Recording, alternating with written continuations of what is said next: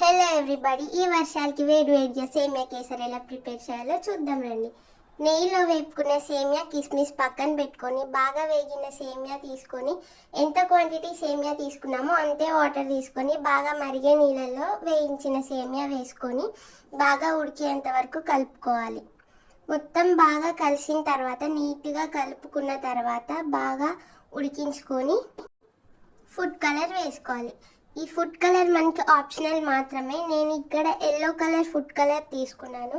Food colour నీట్గా సేమియాలో నీట్గా కలుపుకొని బాగా కలిసేలాగా కలుపుకొని సేమియా బాగా ఉడకనిచ్చుకోవాలి.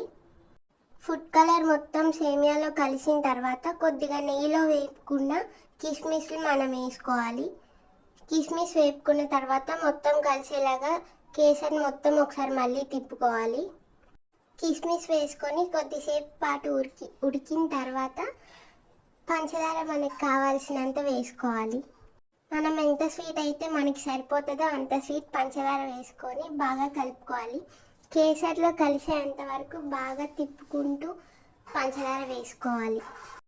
పంచదార వేసి బాగా కరిగేంత వరకు బాగా కలుపుతూ ఉండాలి. కేసరిని సేమియా కలిసేంత వరకు బాగా కరిగే వరకు పంచదార బాగా కలుపుతూ ఉండాలి. పంచదార సేమియా కలిసిన తర్వాత మనం ఇలాచీ పౌడర్ వేసుకొని బాగా కలుపుకోవాలి. నేను ఈ వీడియోలో చూపిస్తున్న విధంగా బాగా సేమియా కేసరి కలుపుకున్న తర్వాత స్టవ్ బంద్ చేయడమే. అంతే, మన వేడి వేడి కేసరి రెడీ.